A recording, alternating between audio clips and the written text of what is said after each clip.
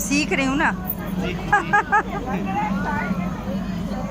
बेटा मेरा भी चैनल है तो दिखाऊंगी ना आप कैसे बना रहे हैं, और कुछ सीख भी जाऊंगी। सीखना अच्छी बात है ना।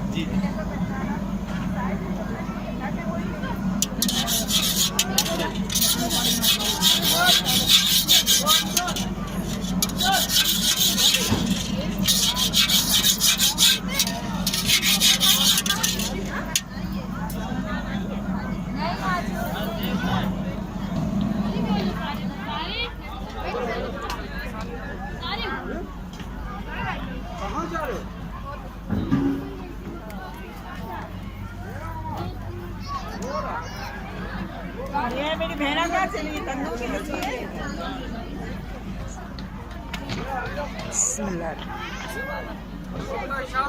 सीखना अच्छी बात नहीं है।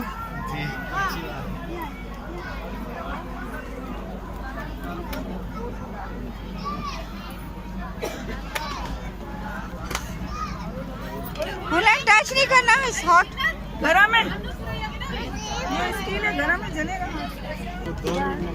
2 मिनट लगेंगे ना।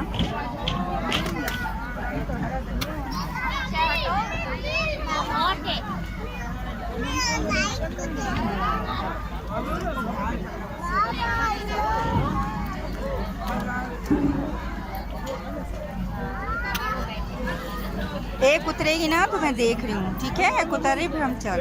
ओके